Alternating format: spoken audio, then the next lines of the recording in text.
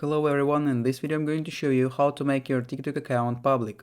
Actually, it's very easy and quick, but you need to watch this video until the end so you won't skip any important steps.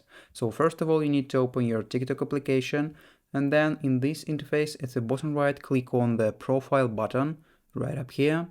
After that, you will see your profile. Then you need to click on the three lines button at the top right up here, and then click on the last option, settings and privacy. After that, you will see this list of options. All you need to do is to find privacy. Here it is. Then you will see this interface. You need to find private account. This is the first one option. So if this option is toggled on, that means that only users you approve can follow you and watch your videos.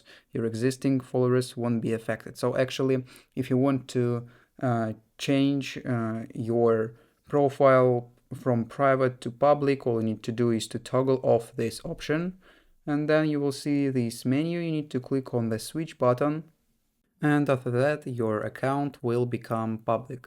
And that's all, and that's how to make your TikTok account public. If you found this video useful, leave a like and subscribe to the channel. Thank you.